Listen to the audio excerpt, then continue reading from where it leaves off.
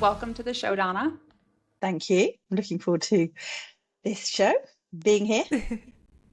We're excited to chat with you today. So let's get started with, I think you say it's usually our easiest question, but some authors tell me it's the hardest one, which is how did you get started in your writing career? Well, I think it's quite a nice question, actually. So I used to write books even in my bedroom when I was about 12, and I always wanted to be an author or an actress. So, and the actress thing really was never going to pan out because I'm too shy. So I used to write books and I used to write horror stories, and then I had a massive pause. I even worked in publishing for a while. I didn't write anything when I worked in publishing, ironically. And then it was probably about 12 years ago. I thought, you know what, if I don't start writing, if I don't try and get published, it's never going to happen. So I found a local writers group, and I found a group of other writers, and one who's actually published now too, and she's become a very good friend. And we started swapping chapters, and then we found out about something called the Romantic Novelists Association, which is in the UK. And what they do is they have something called the New Writers Scheme. So I signed up for the New Writers Scheme, and that means you can send a book in by a certain deadline, and then it would be read by an author, and they'd give you feedback. So that just meant that I would stop talking about it and I'd actually do it. So I did that. And the first book that I sent, they were like, oh my God, it's great. And they sent it. I was at that point trying to write for Mills and Boon. They sent it straight to Mills and Boon. And I thought, well, that was easy. And then about 5 months later, they were like, well, we really like your writing, but your book's not right. So I think it was maybe 4 more years of writing books and submitting. And then I decided that I actually just wanted to write romantic comedy. So at an RNA conference, they have these conferences every couple of years.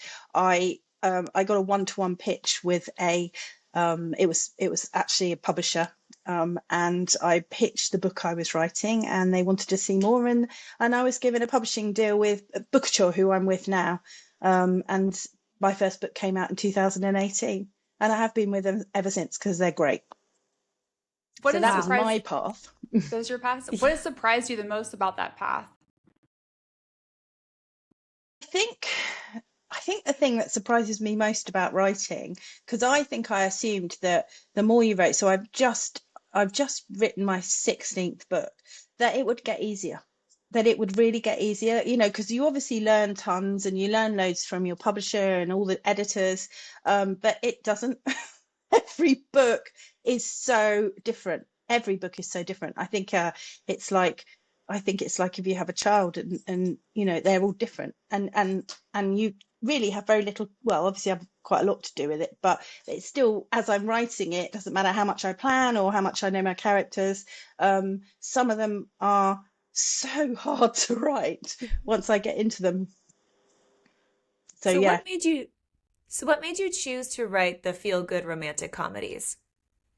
um Mainly because I really like reading them, and so Yeah. I love reading them. I love romantic comedy, TV shows, movies.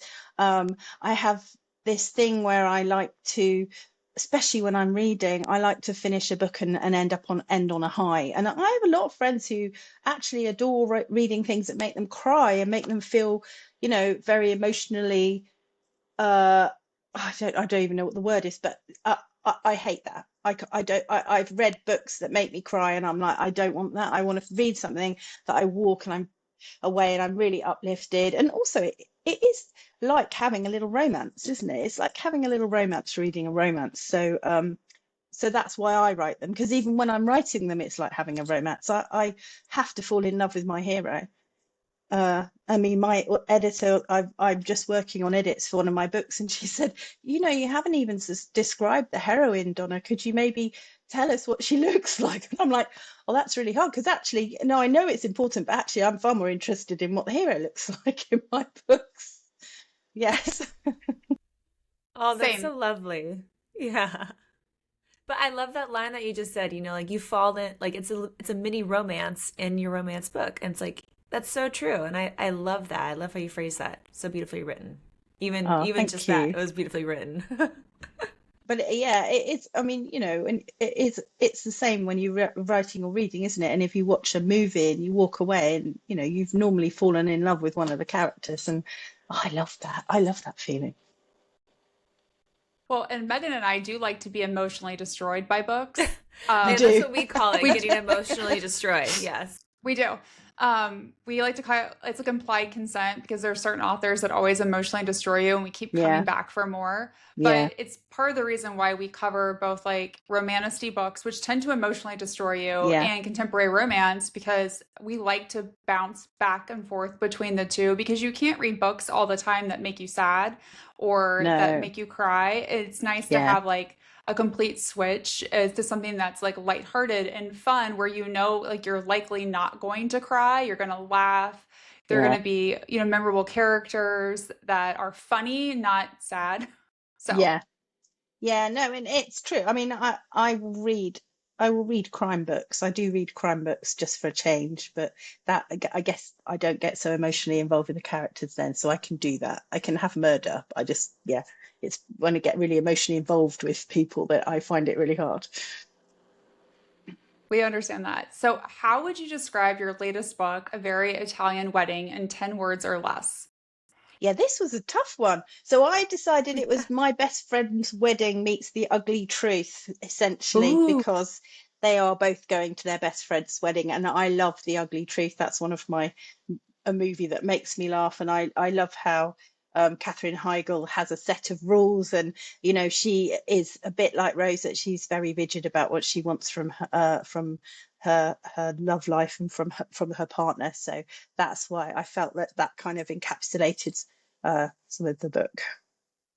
Oh, I So love then that. where did the idea for the book come from? How long did it take you to write this? So the idea is quite funny. So when I go back and I was trying to write a book for Mills and Boon, one of those books. So this was obviously years and years ago. I wrote a book and I called it The Love Doctor. And so it was then, and what I wanted at the core, I like to have at the core of my books is a really strong conflict between my main characters. That they're pulling in different directions. So in that book, I had a lady who was also a love doctor, and she was going to the wedding, her best friend's wedding, and she wanted to make sure it went ahead, and the hero wanted to split the wedding up. So I decided I really liked this idea. So I pitched it to my editor and said, well, I like it, but actually I want to do it differently because I want it to be the heroine that doesn't want the wedding to go ahead because that's more interesting, and it makes her a more interesting character. Um, so the core of it was a conflict, and yeah, it was bringing that book to life. Nothing stayed from that original book apart from the fact that they obviously had quite snappy dialogue in that book, which I really enjoy writing, and also, yeah, the wedding and everything else changed other than that. um, and how long did it take me to write? So I write 2 books a year. So this one, it was about, in the end, 5 months by the time I wrote it and then did my structural edits. But I had an operation on my arm partway through. So then I was trying to write this book when I couldn't type. So I got some software called Dragon. I don't know if you've ever used it. I do not like it, but you have to talk into, you're talking to a mic, and then the words in theory will come on the screen, and it's incredible the words that come out that are nothing in any way related to what you say. But actually the sex scene in the book I wrote on Dragon, and I was telling my friend the other day that I did it, and I was in my front room and both of my cats were there, and I don't think they've got over it actually. They're quite traumatized. It was very weird because actually speaking out loud, writing out like that, because I've always said it comes from my fingers, but doing it out, it's really different. It's so weird. So anyway, the answer is it was about 5 months. I finished it just after Christmas. I finished my big structural edits just after Christmas. So, what was the easiest part of this book to write?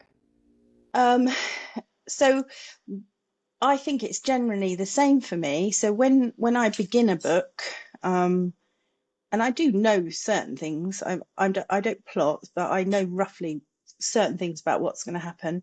Um, I find that so easy because it's fun and you're bringing your characters in and you're creating your conflict and you've got your sparky dialogue and you're throwing obstacles at them and you're throwing. I mean, poor Rose had such a hard time on her.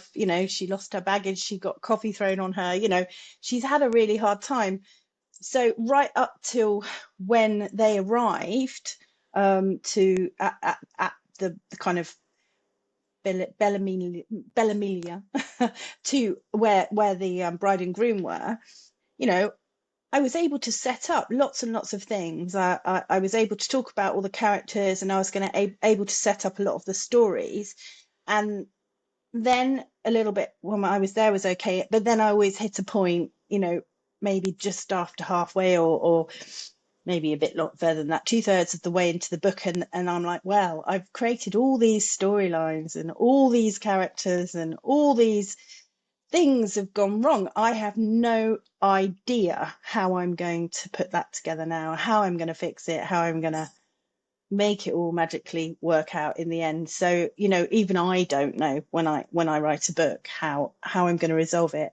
I think I love reading romances where you have a hero and heroine and you're like, well, I have no idea how I'm going to get them together in the end or how that's going to work. And so I feel that way when I'm It's a writing. mystery for you too. It's a mystery. It is. And I just trust that I will figure it out.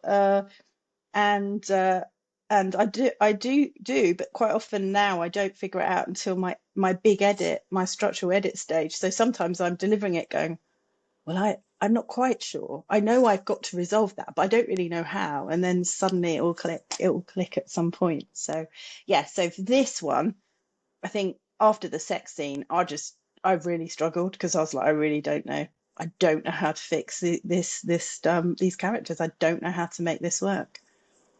Well, because there But was you a found a lot. way. I was gonna say because there was a lot of issues. I was like, everything that could have gone wrong went wrong. Yeah. Yeah, I really did want to put them both through it really, but poor old Rose did really go through it. And then, I obviously wanted to introduce other romances into it and have those that they needed to be resolved as well. And those were all meant to kind of teach various lessons throughout the story too. So yeah, poor Rose. Love Rose. Would you say then that like perhaps the hardest part of all of that was the resolution at the end? Writing that? It was it wasn't when I got to it, but yes, it was working it out. It was working out because there were obviously a lot because there were so many things that went wrong. It was working out how I could put them right, but also how I could do it without overwhelming the reader, so there wasn't so much happening that you were like, I just, there's too much. I can't keep up with this. So yeah, that I did find that quite difficult. But once I'd figured the threads out, it was fun. It was okay to write. It's always writing comes easily when you know what you're going to write. It's when you don't know that it's really hard. I find it really hard. So both Rose and Ben have really complex histories and carry some emotional baggage that they seem to be working through in this book. But in our opinion, they actually seem to help each other overcome some of those deep rooted insecurities. So, why was that important for you to include characters in this book with complex histories and baggage all around their relationship in the story? So I always like both of my characters in all of the books I've written always have what I would call internal conflicts, internal issues, things they've got to overcome.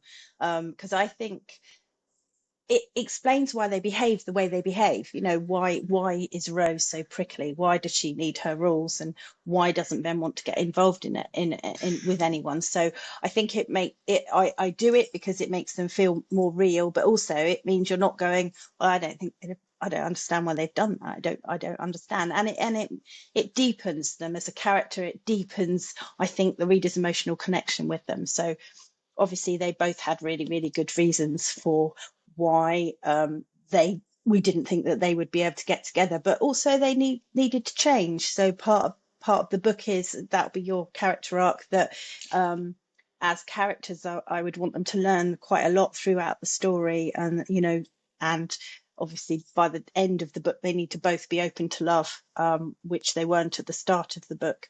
And so they had to get through their emotional baggage, and I wanted them to do it together. So I think my second book I wrote one, and I just remember one review where someone said, well, I really liked the book, but the heroine, who was Lily, she just said, I felt like, he fixed her. It was all about him. I really remembered that, because I thought, well, okay, I want to make sure that it's not the man fixing the woman, that there are other characters involved in her learning, but also that he gets fixed as well. So this throughout the story, and all the secondary characters and the things that happen, they both have to learn so that they're ready to get together at the end. So wounds, I think, are very, very important. Wounds and flaws. Every character has to have a wound and a flaw. Just like every person does. I was going to say that. Exactly. Like, we're all we all same way. are. Exactly. And then I hope that as a reader you'd connect with that person, and either you would recognize it in yourself, or you'd recognize that flaw in someone and it makes them more real. So So yeah. speaking of characters that Sorry. come to life, Aurora and Aldo are some of the most like memorable side characters that we've read in a contemporary romance, for so many reasons, without giving away too much about what all happens. Where did you get this idea for the two of them from? So that's another thing that came. So when I was planning this book initially, I thought, oh, wouldn't it be great if my hero and heroine, when they were traveling to the wedding, and the book was mostly, nearly all of it was just on them traveling together to the wedding with this crazy dog who is going to create lots of problems, and does create lots of problems. And then I was like, well, I want to include, because I always like to have an older character, always enjoy having multi-generational books, so I decided that I would have Aurora in the book, and that she was going to hitch a lift with them. And I mean, it's difficult not to give away that she is a clairvoyant, so I knew that I would have her, and I just had this vision of her sitting in the back going, well, you've got to go this way. No, the sat nav's wrong. You've got to go this way, and this is going to happen, and that's going to happen, because it was fun, and because it would create lots of obstacles, and also because it would help the characters learn about each other. So, and obviously she kind of comes into the story, and she's obviously then, a lot of the book now takes place actually with the rest of the family, which worked much better. But she is a really good example of enduring love, and quite an unusual example of enduring love. And I think obviously one of the big themes of the book is love and different relationships, and hers is very unconventional. And I think because Rose is so rigid in her ideas of how love should be, it was really important that she got exposed to these kinds of things. And Aurora is funny, and obviously, yeah, her relationship with Aldo is very different and very interesting, and again very enduring, and a really amazing example of a very lovely relationship. So yeah, and as I wrote, she just got bigger and bigger as a character, and obviously there were more and more things that she did during the book that just kind of really helped to turn the plot and to make things work, and to help my couple learn things. But yeah, I loved her. I mean, I had so much fun writing her. I think that often happens with me when I'm writing my books, that I tend to have an older male or an older female character that sometimes I have to be really careful they don't take over, because I have so much fun with them.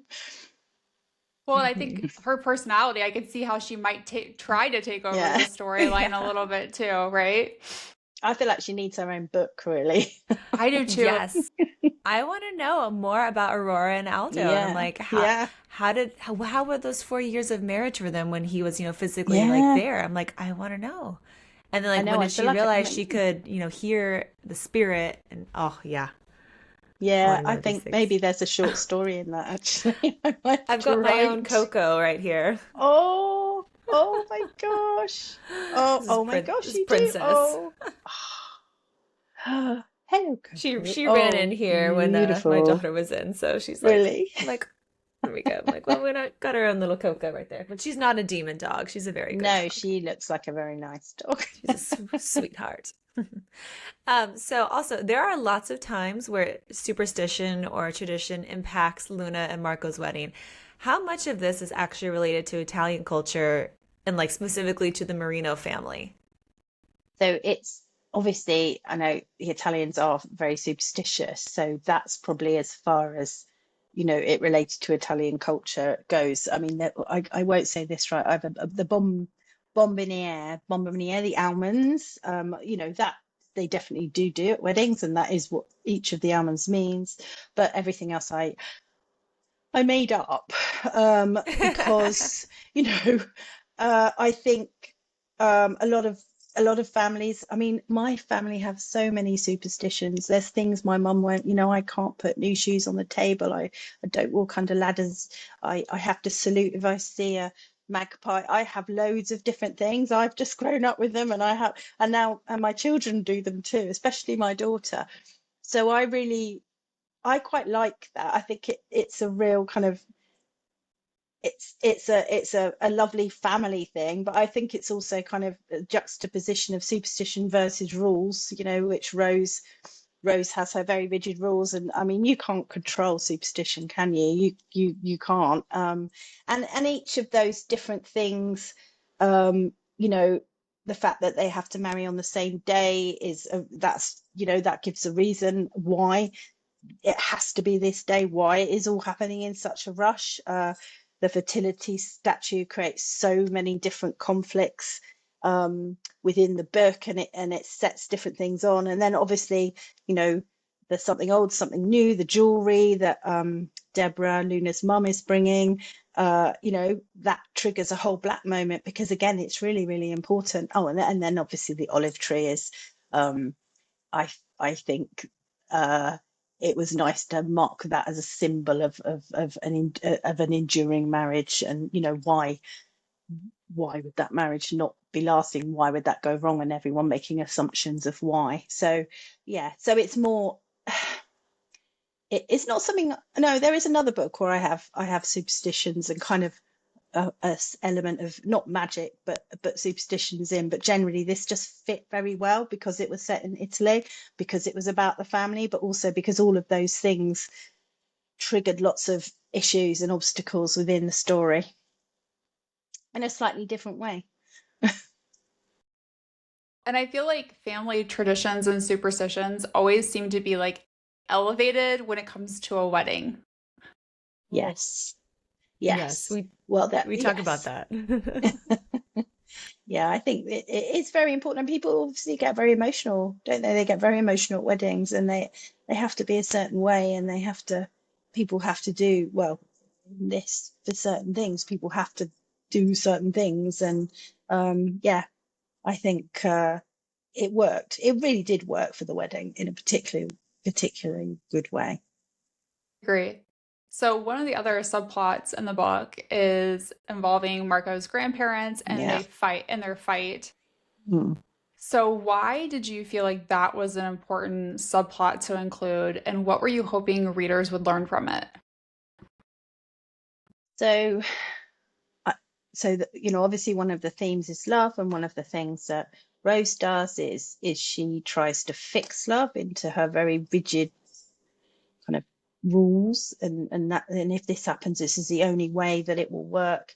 And this marriage is almost 60 years. It's almost a 60-year marriage, but it's suddenly gone really wrong. And I thought that presented a slightly different challenge for Rose, because it wasn't just her kind of assumption that it was because they didn't know each other, or you know they hadn't been together for long enough. So that was, first of all, that was a challenge for her, and also towards the end, this is something that she's got to fix. I also really wanted there to be someone other than Rose who didn't want the marriage to go ahead. I didn't want it just to be her, and I thought it added a nice, I mean, I went in and actually changed the book partway through when I made it so that Isabella, Marco's nonna, didn't want the marriage to go ahead, because otherwise it just felt like it was Rose against everybody, and it was really nice to add that whole element into the story. So essentially, yeah, it was because it was a very different kind of relationship in the book, and I have, it's not just Ben and Rose, it's not just Marco and Luna, it's not just Aldo, or the parents.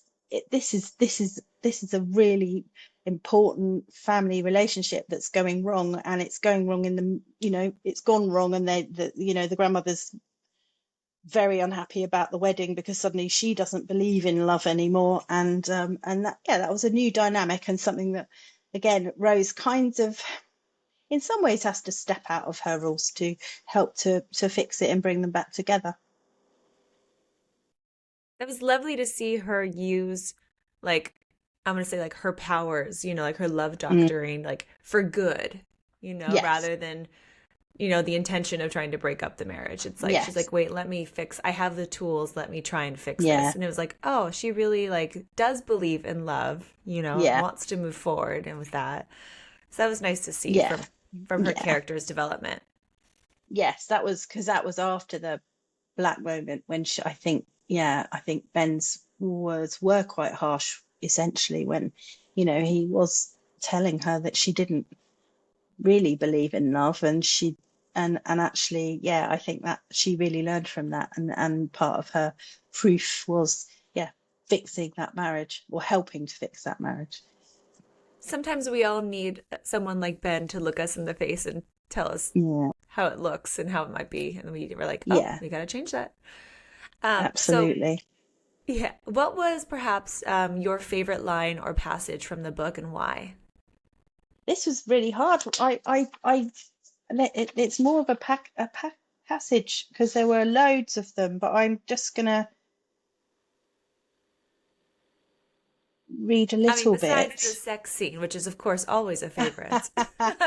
Yeah, and actually, I did put the first kiss in as well, but I think, because I really always love the first kiss, because I think that it's, hopefully I try and get their personalities in there somewhere, or what they're expecting is never what they get from that first kiss.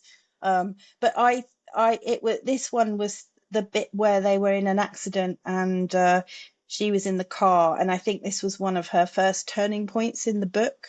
So she says, or she thinks, Rose knew she was going to die. She'd barely lived, and her life was about to end on a busy road in Tuscany. She had no rules for this, no rules to make it better, none to help it make sense. Today had been wonderful, and she wanted more of them, more sun, more sea, more early mornings filled with espresso and sunshine, more days of flirting and the low hum of attraction, all those tantalizing possibilities, all that freedom to feel. The realization that she'd locked herself down so tightly had her choking down a sob.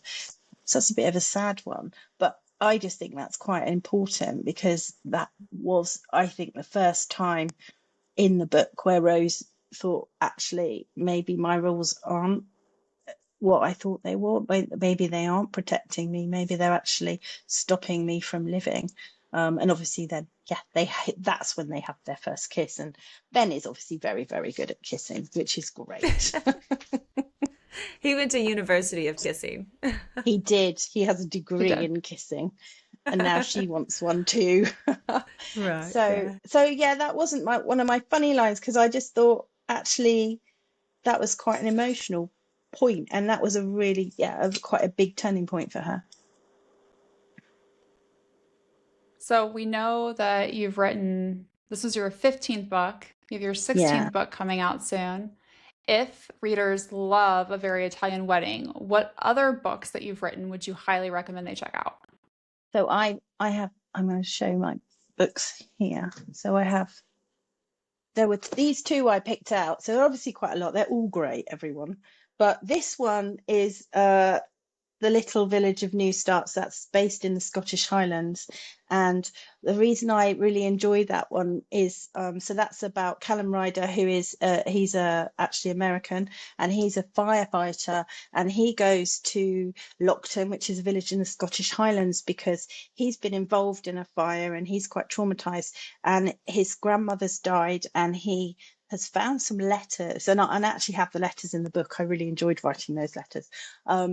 And he's discovered through these letters that his grandfather was not his grandfather, and his grandfather, in fact, was someone from the village of Lockton, and all he has is initials at the end of the letter. So he decides that he's going to go to Lockton, and he's going to go to all the places that they talk about in these letters, and he's going to try and find this man.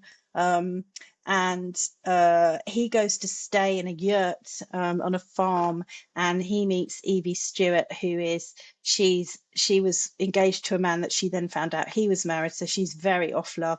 She's lovely. She has a little goat called Miss Daisy, and the reason I like it is that, again, there's a bit of superstition there about swimming in the Lochen with somebody you love, and Nana Agnes is her grandmother, and she's got a parrot called Tiki who's really funny and talks to everybody and loves I can't remember, he loves certain music, and it's all kind of laced. You've got superstition, you've got some really funny animals. It's very funny, and this is him on his quest to find his grandmother, not his grandmother, his grandfather, and again, multi-generational romances.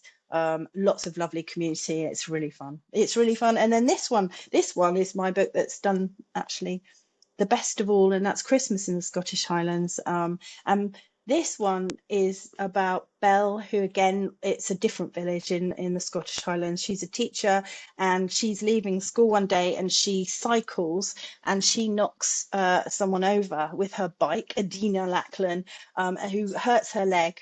And Belle offers to go and stay in the castle with her until she recovers, because she's hurt herself. And so Adina has just got in touch with her grandson, who she hasn't seen for like over 20 years. And he finds out Belle's moved in, and he's deeply suspicious, and he decides he's going to go up to check this girl out, because he thinks that she's after his grandmother's money. And in this, there is a donkey called Bob, who is a very integral part of the story, absolutely hilarious. And Bob was based on someone who used to work with me, and she had a donkey called Bob, so she told me all about Bob, and I'm like, I have to put Bob in a book. Bob is the best. So I think both of those, again, multi-generational romances, really warm and lovely communities, quite funny. And yeah, lots of different things going on, lots of fun. Oh my gosh, those both sound so lovely. I Oh, can't wait to add them to my own TBR list. So thank you. wonderful. What would you say now are you planning to write next? So I'm just in the edit stage for this year's Christmas book. Um, and so that I hope to finish in the next couple of weeks, mostly. And then I need to start on my next year's summer book. So right now, definitely it's going to be somewhere hot. Maybe, I'm not sure if it'll be Italy again. This time I'm wondering if it could be Greece, actually, because that would be quite, again, I think there's lots of really nice family dynamics with Greek families. So I think it will be based around a Greek family. And other than I have no idea. I have no idea. I'm not someone who tends to, my ideas come when I've finished my last one. It's really weird. I've got a friend who I'm very jealous of. She'll go, oh, I've had this idea. I woke up in the middle of the night and I wrote it down, and I've got this idea for my next book. And I'm just going, why doesn't that happen to me? Because it really doesn't. I won't get an idea until this book is off my desk, and then I can just sit down and maybe watch some Christmas movies and just absorb. Oh no, it won't be Christmas movies, summer movies. I'll be watching some summer movies and Googling Greece, and then I'll get my idea then. It's almost like when my brain is ready to embrace it. What makes you choose the country? Like you chose, Italy for this past one and maybe Greece for the future. Like what makes you say, I want to do a destination rom-com? So I think uh, I've until Italy, my books have only been set in the UK, either Scotland or different parts of the UK. So I wanted to go abroad. I want because it is slightly different. It's different food. It's different kind of family dynamics. But also I will talk to my editor about what countries are popular. So certain countries are more popular with readers than others. So Italy and Greece are two countries that are popular with readers, which is why I've kind of veered towards those for now. And yeah, that's why I chose those. But also for me, I can already see in my head some of the characters. I mean, I have no idea of my story, but I can already see the characters, which is why Italy appealed to me, because I could already see that kind of Italian family and Italian food. And yeah, Yeah. I hope you get to do some research, like, and go visit those places. I know. Well, I I had been hope. to Italy, but yeah, I didn't, but I do. I need to go to. I do need to go to Greece. I do. I think you do. I think you I do. do. I do. I do. So yeah. Thanks for listening to Late Night Reads. Don't forget to follow us on Instagram, TikTok, and Facebook at Late Night Reads Podcast. And check out latenightreads.com for even more information about all the books we're reading.